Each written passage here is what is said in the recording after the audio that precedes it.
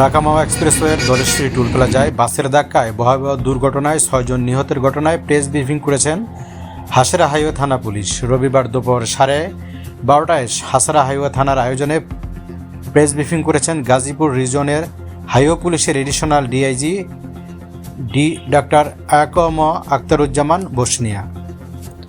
Press ব্রিফিংয়ে additional DIG বলেন, মর্মান্তিক এরকম দুর্ঘটনা যাতে আর না ঘটে এজন্য মালিক চালক সহ আমাদের পুলিশেরও আরও সচেতন হতে হবে। যদি আমাদের পুলিশেরও কোনো অবহেলা থাকে তাদের বিরুদ্ধে ব্যবস্থা নেব। তিনি আরও বলেন, এসব দুর্ঘটনা এড়ানোর জন্য আমরা ইতিমধ্যে কিছু কার্যকরী পদক্ষেপ হাতে নিয়েছি। আশা করি আমরা এরকম অনাকাঙ্ক্ষিত দুর্ঘটনা এড়াতে সক্ষম হব। গ্রেফতারকৃত মালিক ও চালককে রিমান্ড চেয়ে আদালতে পাঠাবেন বলেও জানান তিনি।